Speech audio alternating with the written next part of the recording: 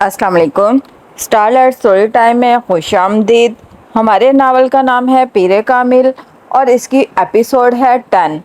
وہ بڑے مستحکم اور ہموار انداز میں کہتی گئی، تم بخشش نہیں ہوگی تمہاری، تم۔ ہاشم بن غصے کے عالم میں انگلی اٹھا کر بولنے لگے۔ امامہ کو ان پر ترس آنے لگا۔ اسے دوزخ میں کھڑے ہو کر دوزخ سے ڈرانے والے شخص پر ترس آیا، اسے آنکھوں پر پٹی باندھ کر پھرنے والے شخص پر ترس آیا، اسے مہر شدہ دل والے آدمی پر ترس آیا، اسے نفس زدہ آدمی پر ترس آیا، اسے گمراہی کی سب سے اوپر والی سیڑھی پر کھڑے آدمی پر ترس آیا۔ تم گمراہی کے رستے پر چل پڑی ہو، چند کتابیں پڑھ کر تم۔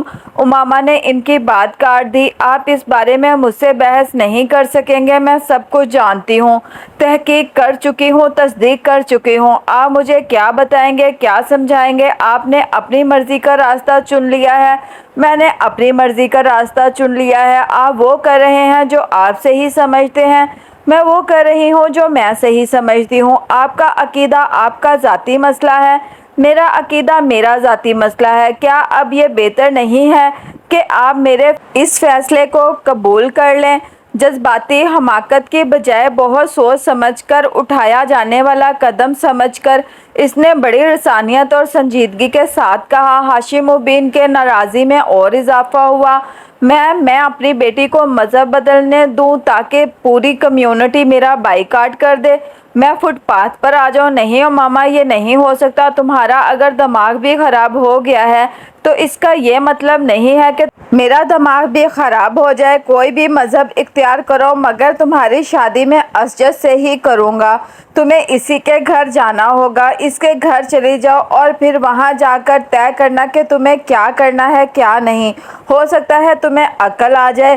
وہ غصے کے عالم میں کمرے سے نکل گئے۔ مجھے پتا ہوتا کہ تمہاری وجہ سے ہمیں اتنی ذلت کا سامنا کرنا پڑے گا تو میں پیدا ہوتے ہی تمہارا گلا دبا دیتی۔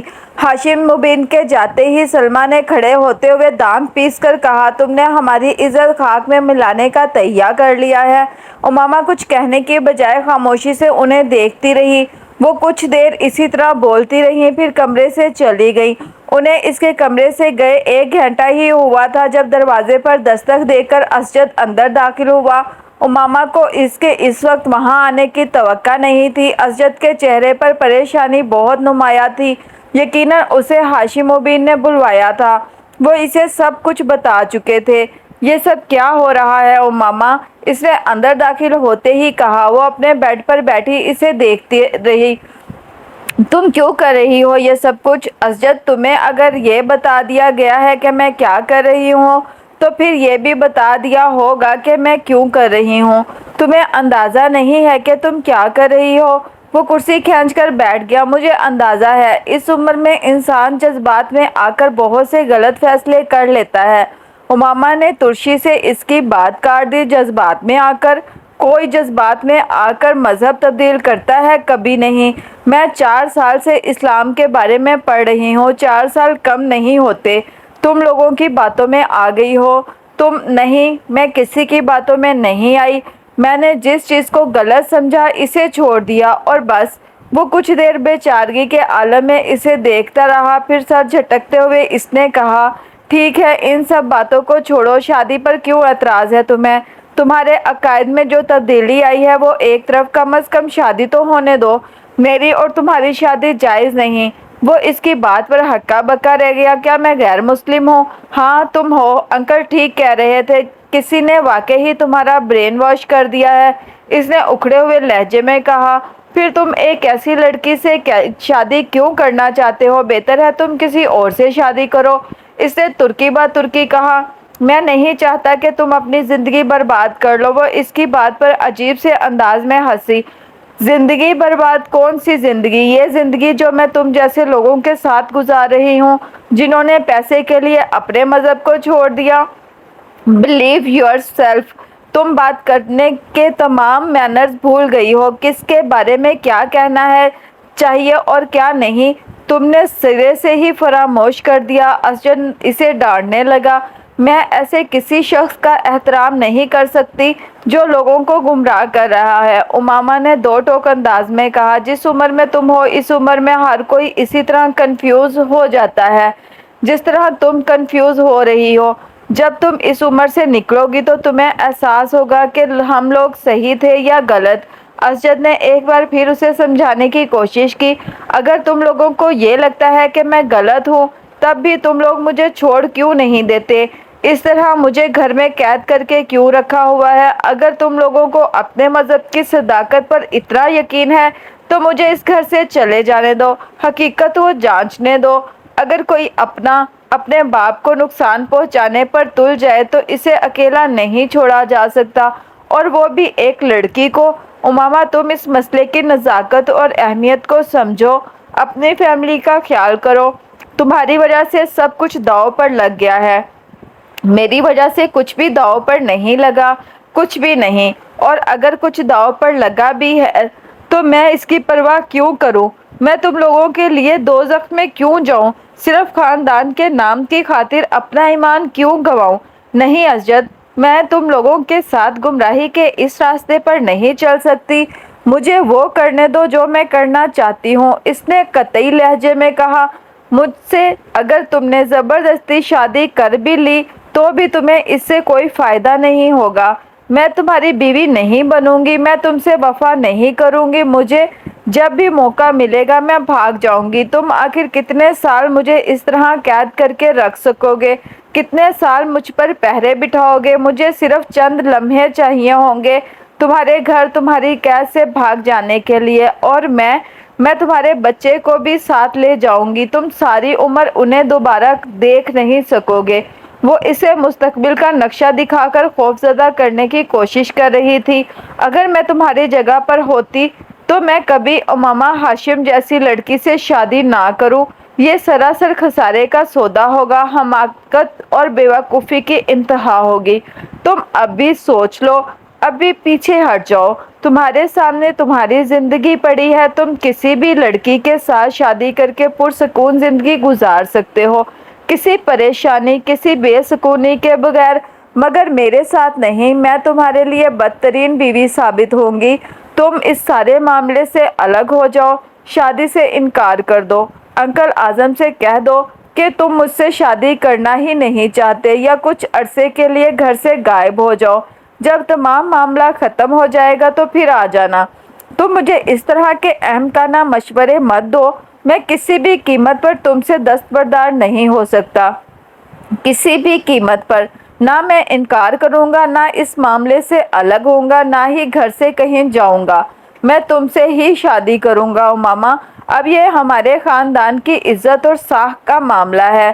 یہ شادی نہ ہونے اور تمہارے گھر سے چلے جانے سے ہمارے پورے خاندان کو جتنا نقصان اٹھانا پڑے گا اس کا تمہیں بالکل اندازہ نہیں، ورنہ تم مجھے کبھی یہ مشورہ نہ دیتی۔ جہاں تک بری بیوی ثابت ہونے یا گھر سے بھاگ جانے کا تعلق ہے تو یہ سب بات کا مسئلہ ہے۔ میں تمہیں بہت اچھی طرح جانتا ہوں، تم اس طرح کے ٹیمپرامنٹ کی مالک نہیں ہو کہ دوسروں کو بے جا پریشان کرتی رہو، اور وہ بھی مجھے جس سے تمہیں محبت ہے۔ اسجد بڑے اطمینان سے کہہ رہا تھا، تمہیں غلط فہمی ہے، مجھے کبھی بھی تم سے محبت نہیں رہی، کبھی بھی۔ میں ذہنی طور پر تمہارے ساتھ اپنے تعلق و رشتے کو اس وقت سے ذہن سے نکال چکی ہوں جب میں نے اپنا مذہب چھوڑا تھا۔ تم میری زندگی میں اب کہیں نہیں ہو، کہیں بھی نہیں۔ اگر میں اپنے گھر والوں کے لیے مسائل کھڑے کر سکتی ہوں تو کل کو تمہارے لیے کتنے مسائل کھڑے ہوں گے، تمہیں اس کا احساس ہونا چاہیے اور اس غلط فہمی سے باہر نکل آنا چاہیے۔ ہم دونوں کبھی بھی اکٹھے نہیں ہو سکتے، میں تم لوگوں کے خاندان کا حصہ کبھی نہیں بنوں گی۔ نہیں اسجد، تمہارے اور میرے درمیان بہت فاصلہ ہے، اتنا فاصلہ کہ میں تمہیں دیکھ تک نہیں سکتی، اور میں اس فاصلے کو کبھی ختم نہیں ہونے دوں گی۔ میں کبھی بھی تم سے شادی کرنے کے لیے تیار نہیں ہوں گی۔ اسجد بدلتی ہوئی رنگت کے ساتھ اس کا چہرہ دیکھتا رہا۔ کیا تم میرا ایک کام کر سکتے ہو؟ تمہارا کیا خیال ہے؟ اب تک میں اس کے علاوہ کیا کر رہا ہوں؟ سالار نے پوچھا۔ دوسری طرف کچھ دیر خاموشی رہی، پھر اس نے کہا، کیا تم لاہور جا کر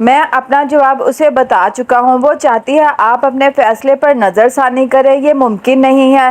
وہ اس گھر میں اپنے والدین اور گھر والوں کی قید میں ہے۔ وہ چاہتی ہے آپ اگر ہمیشہ کے لیے نہیں تو وقتی طور پر اس سے نکاح کریں اور پھر بیف کی مدد سے اسے چھڑا لیں۔ یہ ممکن ہی نہیں ہے، وہ ان کی قید میں ہے تو نکاح ہو ہی کیسے سکتا ہے؟ فون پر نہیں، میں اتنا بڑا رسک نہیں لے سکتا، میں ایسے معاملات میں انوالو ہونا ہی نہیں چاہتا۔ جلال نے کہا، میرے والدین مجھ سے اس کی شادی کی اجازت نہیں دیں گے اور پھر وہ امامہ کو قبول کرنے پر بھی تیار نہیں ہیں۔ جلال کی نظریں اب سالار کے بالوں کی پونی پر جمی ہوئی تھی۔ یقیناً سالار کی طرح اس نے بھی اسے ناپسندیدہ قرار دیا ہوگا۔ اس نے کہا کہ آپ وقتی طور پر اس سے صرف نکاح کر لیں تاکہ وہ اپنے گھر سے نکل سکے، بعد میں آپ چاہیں تو اسے طلاق دے دیں۔ میں نے کہا نا، میں اس کی مدد نہیں کر سکتا، اور پھر اس طرح کے معاملات آپ خود اس سے شادی کیوں نہیں کر لیتے؟ اگر وقتی شادی کی بات ہے تو آپ کر لیں، آخر آپ اس کے دوست ہیں۔ جلال نے کچھ جھنپتے ہوئے انداز میں سالار سے کہا، آپ اسلام آباد سے لاہور اس کی مدد کے لیے آ سکتے ہیں تو پھر یہ کام بھی کر سکتے ہیں۔ اس نے مجھ سے شادی کا نہیں کہا، اس لیے میں نے اس بارے میں نہیں سوچا۔ سالار نے کندھے جھٹکتے ہوئے بے تاثر لہجے میں کہا، ویسے بھی وہ آپ سے محبت کرتی ہے، مجھ سے نہیں، مگر عارضی شادی یا نکاح میں تو محبت کا ہونا ضروری نہیں، بعد میں آپ بھی اسے طلاق دے دیں۔ جلال نے مسئلے کا حل نکال لیا تھا۔ آپ کا مشورہ میں اسے پہنچا دوں گا، سالار نے سنجیدگی سے کہا، اور اگر یہ ممکن نہیں تو پھر امامہ سے کہیں کہ وہ کوئی اور طریقہ اپنائے، بلکہ آپ کسی نیوز پیپر کے آفس چلے جائیں اور انہیں امامہ کے بارے میں بتائیں کہ اس طرح اس کے خاندان نے اسے زبردستی قید کر رکھا ہے۔ جب میڈیا اس معاملے کو ہائی لائٹ کرے گا تو وہ خود ہی وہ امامہ کو چھوڑنے پر مجبور ہو جائیں گے، یا پھر آپ پولیس کو اس معاملے کی اطلاع دیں۔ سالار کو حیرانی ہوئی، جلال کی تجویز بری نہیں تھی، واقعی امامہ اس بارے میں کیوں نہیں سوچ رہی تھی؟ یہ راستہ زیادہ محفوظ تھا۔ میں آپ کا یہ مشورہ بھی اسے پہنچا دوں گا۔ آپ دوبارہ میرے پاس نہ آئیں، بلکہ امامہ سے بھی کہہ دیں کہ وہ مجھ سے کسی بھی طریقے کا یا ذریعے سے دوبارہ رابطہ نہ کریں، میرے والدین ویسے بھی میری منگنی کرنے والے ہیں۔ جلال نے جیسے انکشاف کیا، ٹھیک ہے، میں یہ ساری باتیں اس تک پہنچا دوں گا، سالار نے لاپرواہی سے کہا۔ جلال مزید کچھ کہے بغیر گاڑی سے اتر گیا۔ اگر امامہ کو یہ توقع تھی کہ سالار جلال کو اس سے شادی کرنے کے لیے قائل کرے گا تو یہ اس کی سب سے بڑی بھول تھی۔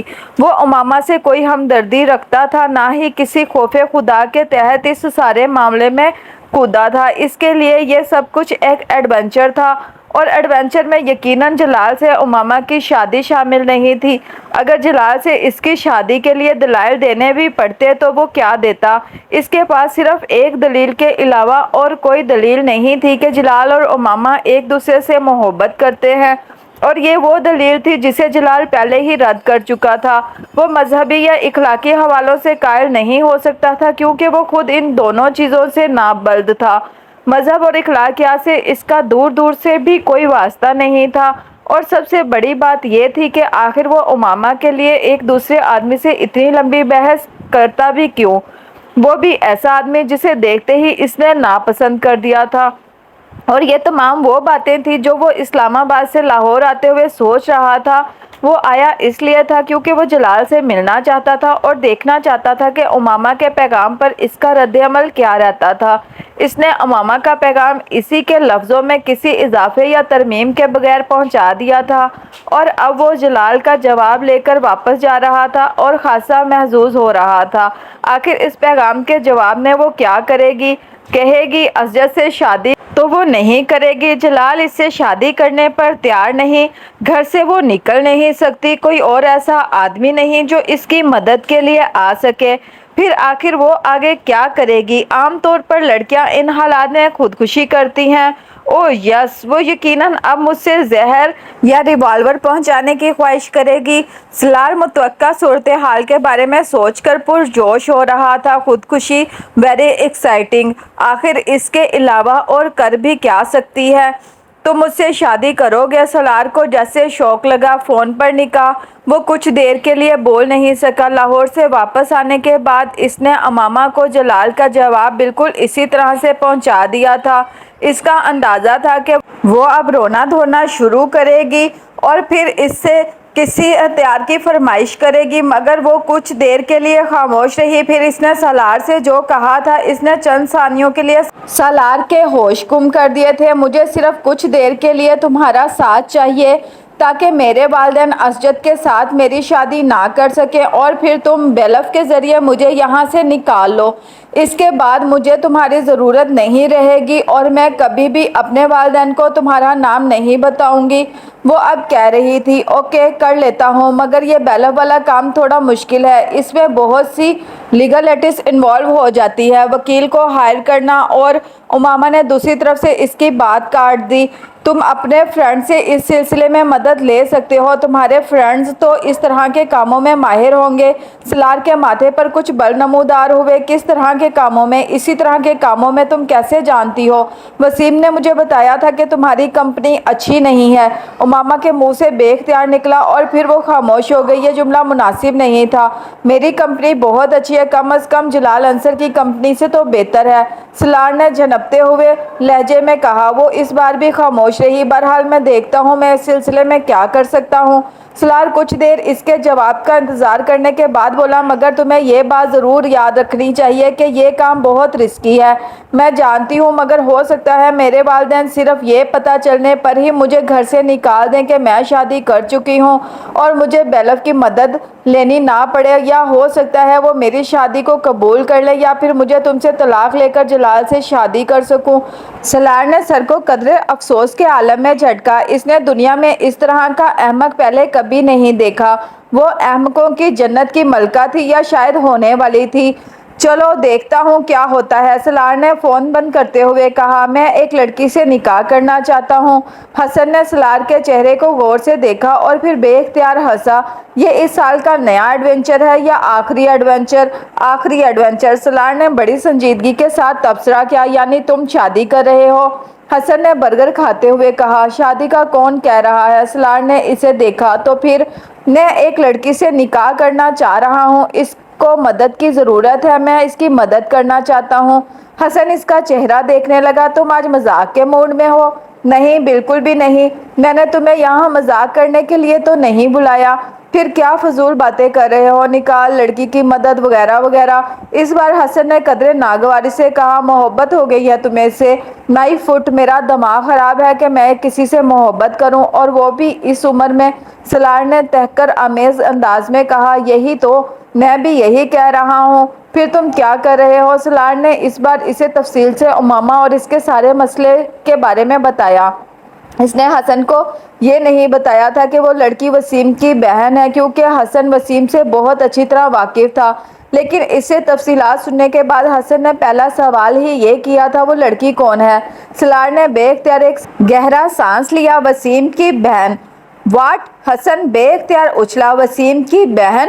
وہ جو میڈیکل کالج میں پڑھتی ہے؟ ہاں۔ تمہارا دماغ خراب ہو گیا ہے، تم خواہ مخواہ اس طرح کے احمقات کر رہے ہو۔ وسیم کو پتہ ہے اس سارے معاملے کے بارے میں؟ میں تم سے مدد مانگنے آیا ہوں، مشورہ نہیں، سالار نے ناگواری سے کہا۔ میں تمہاری کیا مدد کر سکتا ہوں؟ حسن نے کچھ الجھے ہوئے انداز میں کہا۔ تم نکاح خواہ اور کچھ گواہوں کا انتظام کرو تاکہ میں اس سے فون پر نکاح کر سکوں۔ سالار نے فوراً ہی کام کی بات کی۔ مگر تمہیں یہ نکاح کر کے کیا فائدہ ہوگا؟ کچھ بھی نہیں، مگر میں کسی فائدے کے بارے میں سوچ بھی کب رہا ہوں۔ دفع کرو سالار اس سب کو، تم کیوں کسی دوسرے کے معاملے میں کود رہے ہو، اور وہ بھی وسیم کی بہن کے معاملے میں؟ بہتر، سالار نے اس بار درستی سے اس کی بات کاٹی۔ تم مجھے صرف یہ بتاؤ میری مدد کرو گے یا نہیں؟ باقی چیزوں کے بارے میں پریشان ہونا تمہارا مسئلہ نہیں ہے۔ ٹھیک ہے میں تمہاری مدد کروں گا، میں مدد کرنے سے انکار نہیں کر رہا ہوں، مگر تم یہ سوچ لو کہ سب بہت خطرناک ہے، حسن نے ہتھیار ڈالنے والے انداز میں کہا۔ میں سوچ چکا ہوں، تم مجھے تفصیلات بتاؤ، سالار نے اس بار فرینچ فرائز کھاتے ہوئے کچھ مطمئن انداز میں کہا۔ بس ایک بات، اگر انکل اور آنٹی کو پتہ چل گیا تو کیا ہوگا؟ انہیں پتہ نہیں چلے گا، وہ یہاں نہیں ہیں، کراچی گئے ہوئے ہیں اور اب بھی کچھ دن وہاں رکیں گے۔ وہ یہاں ہوتے پھر بھی میرے لیے یہ سب کچھ کرنا بہت مشکل ہوتا۔ سالار نے اسے مطمئن کرنے کی کوشش کرتے ہوئے کہا۔ وہ اپنا برگر تقریباً ختم کر چکا تھا۔ حسن اب اپنا برگر کھاتے ہوئے کسی گہری سوچ میں ڈوبا ہوا نظر آ رہا تھا، مگر سالار اس کے تاثرات کی طرف دھیان نہیں دے رہا تھا۔ وہ جانتا تھا کہ حسن اس وقت اپنا لائحہ عمل طے کرنے میں مصروف ہے۔ اسے حسن سے کسی قسم کا خوف یا خطرہ نہیں تھا، وہ اس کا بہترین دوست تھا۔ حسن نے نکاح کے انتظامات بہت آسانی سے کر لیے تھے۔ سالار نے اسے کچھ رقم دی تھی جس سے اس نے 3 گواہوں کا انتظام کر لیا تھا۔ چوتھے گواہ کے طور پر وہ خود موجود تھا۔ نکاح خواہ کو اندازہ تھا کہ اس نکاح میں کوئی غیر معمولی کہانی تھی، مگر اسے بھاری رقم کے ساتھ اتنی دھمکیاں بھی دے دی گئی تھیں کہ وہ خاموش ہو گیا۔ حسن سحر کے وقت اس نکاح خواہ اور 3 گواہوں کو لے آیا۔ وہ سب سالار کے کمرے میں چلے گئے تھے۔ وہیں بیٹھ کر نکاح نامہ بھرا گیا تھا۔ سالار امامہ کو اس بارے میں پہلے ہی انفارم کر چکا تھا۔ مقررہ وقت پر فون پر نکاح خواہ نے ان دونوں کا نکاح پڑھا دیا تھا۔ سالار نے ملازمہ کے ذریعے امامہ کو پیپرز بھجوا دیے تھے۔ امامہ نے پیپرز لیتے ہی برق رفتاری سے ان پر سائن کر کے ملازمہ کو واپس کر دیے تھے۔ ملازمہ ان پیپرز کو واپس سالار کے پاس لے آئی تھی، مگر وہ بری طرح تجسس کا شکار تھی۔ آخر وہ لوگ کون تھے جو سالار کے کمرے میں تھے، اور یہ پیپرز کیسے تھے جن پر امامہ نے سائن کیا تھا؟ اس کا ماتھا ٹھٹک رہا تھا اور اسے شبہ ہو رہا تھا کہ ہو نہ ہو وہ دونوں آپس میں شادی کر رہے تھے۔ سالار کو پیپرز واپس دیتے ہوئے وہ پوچھے بغیر رہ نہیں سکی تھی۔ یہ کس چیز کے کاغذ ہیں سالار صاحب؟ اس نے بظاہر سادگی اور معصومیت سے پوچھا۔ تمہیں اس سے کیا؟ جیسے بھی پیپرز ہوں، تم اپنے کام سے کام رکھو۔ سالار نے درستی سے اسے جھڑک دیا۔ اور ایک بات تم کان کھول کر سن لو، اس سارے معاملے کے بارے میں اگر تم اپنا منہ بند رکھو گی تو یہ تمہارے لیے بہتر ہوگا، بلکہ بہت بہتر ہوگا۔ مجھے کیا ضرورت ہے جی کسی سے بھی اس بارے میں بات کرنے کی؟ میں نے تو ویسے ہی پوچھ لیا۔ آپ اطمینان رکھیں صاحب جی، میں کسی کو کچھ نہیں بتاؤں گی۔ ملازمہ فوراً گھبرا گئی تھی۔ سالار ویسے بھی اتنا اکڑ مزاج تھا کہ اسے اس سے بات کرتے ہوئے خوف آیا کرتا تھا۔ سالار نے کچھ نخوت بھرے انداز میں سر کو جھٹکا۔ اسے اس بات کا کوئی خوف نہیں تھا کہ ملازمہ یہ سب کسی کو بتا سکتی تھی۔ اگر بتا بھی دیتی تو اسے کوئی فرق نہیں پڑنے والا تھا۔ تم ایک بار پھر جلال سے ملو، ایک بار پھر پلیز، وہ اس دن اس سے فون پر کہہ رہی تھی۔ سالار اس بات پر چڑ گیا۔ وہ تم سے شادی نہیں کرنا چاہتا امامہ، وہ کتنی بار کہہ چکا ہے، آخر تم سمجھتی کیوں نہیں ہو؟ دوبارہ بات کرنے کا کوئی فائدہ نہیں ہے۔ اس نے بتایا تھا کہ اس کے ماں باپ اس کی کوئی منگنی وغیرہ کرنا چاہ رہے ہیں، وہ جھوٹ بول رہا ہے۔ امامہ نے بے اختیار اس کی بات کاٹ دی۔ صرف اس لیے کہ میں اسے دوبارہ کانٹیکٹ نہ کروں، ورنہ اس کے پیرنٹس اتنی جلدی اس کی منگنی کر ہی نہیں سکتے۔ تو جب وہ نہیں چاہتا تم سے شادی کرنا اور کانٹیکٹ کرنا تو تم کیوں خوار ہو رہی ہو اس کے پیچھے؟ کیونکہ میری قسمت میں خواری ہے، اس نے دوسری طرف سے بھرائی ہوئی آواز میں کہا۔ اس کا کیا مطلب ہوا؟ وہ الجھا۔ کوئی مطلب نہیں ہے، نہ تم سمجھ سکتے ہو۔ تم بس اسے جا کر کہو کہ میری مدد کرنے میں وہ حضرت محمد صلی اللہ علیہ وسلم سے اتنی محبت کرتا ہے، اس سے کہو وہ آپ صلی اللہ علیہ وسلم کے لیے ہی مجھ سے شادی کر لے۔ وہ بات کرتے کرتے پھوٹ کر رونے لگی۔ یہ کیا بات ہوئی؟ وہ اس کے آنسوؤں سے متاثر ہوئے بغیر بولا۔ کیا یہ بات کہنے سے وہ تم سے شادی کر لے گا؟ امامہ نے جواب نہیں دیا۔ وہ ہچکیوں سے رو رہی تھی۔ وہ بیزار ہو گیا۔ تم یا تو رو لو یا پھر مجھ سے بات کر لو۔ دوسری طرف سے فون بند کر دیا گیا۔ سالار نے فوراً کال کی۔ کال ریسیو نہیں کی گئی۔ 15-20 منٹ کے بعد امامہ نے اسے دوبارہ کال کی۔ اگر تم یہ وعدہ کرتی ہو کہ تم رو گی نہیں تو مجھ سے بات کرو، ورنہ فون بند کر دو، سالار نے اس کی آواز سنتے ہی کہا۔ پھر تم لاہور جا رہے ہو؟ اس کے سوال کا جواب دینے کی بجائے اس نے اس سے پوچھا۔ سالار کو اس کی مستقل مزاجی پر حیرانی ہوئی۔ وہ واقعی ہی ڈھیٹ تھی۔ وہ اب بھی اپنی ہی بات پر اٹکی ہوئی تھی۔ اچھا میں چلا جاؤں گا۔ تم نے اپنے گھر والوں کو شادی کے بارے میں بتایا ہے؟ سالار نے موضوع بدلتے ہوئے کہا۔ نہیں، ابھی نہیں بتایا۔ وہ اب خود پر قابو پا چکی تھی۔ کب بتاؤ گی؟ سالار کو جیسے ڈرامے کے اگلے سین کا انتظار تھا۔ پتہ نہیں، وہ کچھ الجھی۔ تم کب لاہور جاؤ گے؟ بس جلد ہی چلا جاؤں گا، ابھی یہاں مجھے کچھ کام ہے، ورنہ فوراً ہی چلا جاتا۔ اس بار سالار نے جھوٹ بولا تھا۔ نہ تو اسے کوئی کام تھا اور نہ ہی وہ اس بار لاہور جانے کا ارادہ رکھتا تھا۔ جب تم بیلف کے ذریعے اپنے گھر سے نکل آؤ گی تو اس کے بعد تم کیا کرو گی؟ کہاں جاؤ گی؟ سالار نے ایک بار پھر اسے اس موضوع سے ہٹاتے ہوئے کہا۔ اس صورت میں جب جلال بھی تمہاری مدد کرنے پر تیار نہ ہوا تو میں ابھی ایسا کچھ فرض نہیں کر رہی، وہ ضرور میری مدد کرے گا۔ امامہ نے اس کی بات کاٹتے ہوئے پرزور انداز میں کہا۔ سالار نے کندھے اچکائے۔ تم کچھ بھی فرض کرنے کو تیار نہیں ہو، ورنہ میں تم سے ضرور کہتا کہ شاید وہ نہ ہو جو تم چاہتی ہو۔ پھر تم کیا کرو گی؟ تمہیں دوبارہ اپنے پیرنٹس کی مدد کی ضرورت پڑے گی، تو زیادہ بہتر یہی ہے کہ تم ابھی یہاں سے نہ جانے کا سوچو، نہ ہی بیلف اور کورٹ کی مدد لو۔ بعد میں بھی تو تمہیں یہیں ہی آنا پڑے گا۔ میں دوبارہ کبھی یہاں نہیں آؤں گی، کسی صورت میں نہیں۔ یہ جذباتیت ہے، سالار نے تبصرہ کیا۔ تم ان چیزوں کو نہیں سمجھ سکتے۔ امامہ نے ہمیشہ کی طرح اپنا مخصوص جملہ دہرایا۔ سالار کچھ جذب بذب ہوا۔ اوکے، کرو جو کرنا چاہتی ہو، اس نے لاپرواہی سے کہہ کر فون بند کر دیا۔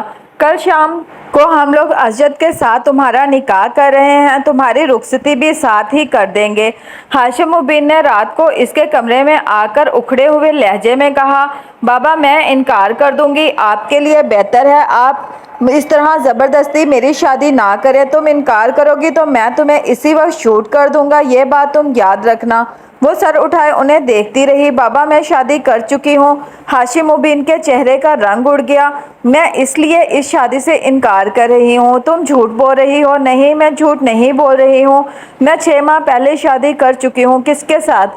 میں یہ آپ کو نہیں بتا سکتی۔ ہاشم مبین کو اندازہ نہیں تھا کہ وہ اس اولاد کے ہاتھوں اتنا خوار ہوں گے۔ آگ بگولا ہو کر وہ امامہ پر لپکے اور انہوں نے یکے بعد دیگرے اس کے چہرے پر تھپڑ مارنے شروع کر دیے۔ وہ چہرے کے سامنے دونوں ہاتھ کرتے ہوئے خود کو بچانے کی کوشش کرنے لگی، مگر وہ اس میں بری طرح ناکام رہی۔ کمرے میں ہونے والا شور سن کر وسیم سب سے پہلے وہاں آیا تھا اور اسی نے ہاشم مبین کو پکڑ کر زبردستی امامہ سے دور کیا۔ وہ دیوار کے ساتھ پشت ٹکائے روتی رہی۔ بابا آپ کیا کر رہے ہیں؟ سارا معاملہ آرام سے حل کیا جا سکتا ہے۔ وسیم کے پیچھے گھر کے باقی لوگ بھی اندر چلے آئے تھے۔ اس نے شادی کر لی ہے کسی سے؟ ہاشم مبین نے غم و غصہ کے عالم میں کہا۔ بابا جھوٹ بول رہی ہے، شادی کیسے کر سکتی ہے؟ ایک بار بھی گھر سے باہر نہیں نکلی۔ یہ وسیم تھا۔ 6 ماہ پہلے شادی کر لی ہے اس نے۔ امامہ نے سر نہیں اٹھایا۔ نہیں، میں نہیں مانتا، ایسا نہیں ہو سکتا، یہ ایسا کر ہی نہیں سکتی۔ وسیم اس کی رگ رگ سے واقف تھا۔ امامہ نے دھندلائی ہوئی آنکھوں کے ساتھ اسے دیکھا اور کہا ایسا ہو چکا ہے، کیا ثبوت ہے؟ نکاح نامہ ہے تمہارے پاس؟ وسیم نے اکھڑے لہجے میں کہا۔ یہاں نہیں ہے، لاہور میں ہے، میرے سامان میں۔ بابا میں کل لاہور سے اس کا سامان لے آتا ہوں، دیکھ لیتے ہیں، وسیم نے ہاشم مبین سے کہا۔ امامہ بے اختیار پچھتائی۔ سامان سے کیا مل سکتا تھا؟ شادی کر بھی لی ہے تو کوئی بات نہیں، طلاق دلوا کر تمہاری شادی اسجد سے کرواؤں گا، اور اس آدمی نے طلاق نہ دی تو پھر اسے قتل کروا دوں گا۔ ہاشم مبین نے سرخ چہرے کے ساتھ وہاں سے جاتے ہوئے کہا۔ کمرہ آہستہ آہستہ خالی ہو گیا۔ وہ اپنے بیڈ پر بیٹھ گئی۔ اسے پہلی بار احساس ہو رہا تھا کہ جال میں پھنسنے کے بعد کے احساسات کیا ہوتے ہیں۔ یہ ایک اتفاق تھا کہ نکاح نامے کی کاپی سالار نے اس کو نہیں بھجوائی تھی۔ اگر اس کے پاس ہوتی بھی تب بھی وہ اسے ہاشم مبین کو نہیں دے سکتی تھی، ورنہ سالار سکندر کا نام نکاح نامے پر دیکھنے کے بعد ان کے لیے اس تک پہنچنا اور اس سے چھٹکارا حاصل کرنا منٹوں کا کام تھا۔ اور اس کے سامان سے نکاح نامہ نہیں ملے گا تو اس کے اس بیان پر کسی کو یقین نہ آ سکتا تھا کہ وہ نکاح کر چکی تھی۔ اس نے کمرے کے دروازے کو لاک کر دیا اور موبائل پر سالار کو کال کرنے لگی۔ اس نے اسے ساری صورتحال سے آگاہ کر دیا تھا۔ تم ایک بار پھر لاہور جاؤ اور جلال کو میرے بارے میں بتاؤ۔ میں اب اس گھر میں نہیں رہ سکتی، مجھے یہاں سے نکلنا ہے اور اس کے علاوہ میں کہیں نہیں جا سکتی۔ تم میرے لیے ایک وکیل کو ہائر کرو اور اس سے کہو کہ وہ میرے پیرنٹس کو میرے شوہر کی طرف سے مجھے حبس بیجا میں رکھنے کے خلاف ایک کورٹ نوٹس بھجوائے۔ تمہارے شوہر یعنی میری طرف سے۔ تم وکیل کو اپنا نام مت بتانا، بلکہ یہ بہتر ہے کہ اپنے کسی دوست کے ذریعے وکیل کو ہائر کرو اور میرے شوہر کا کوئی بھی فرضی نام دے سکتے ہو۔ تمہارا نام وکیل کے ذریعے انہیں پتہ چلے گا تو وہ تم تک پہنچ جائیں گے اور میں یہ نہیں چاہتی۔ امامہ نے اسے یہ نہیں بتایا کہ اسے کیا خدشہ ہے اور نہ ہی سالار نے اندازہ لگانے کی کوشش کی۔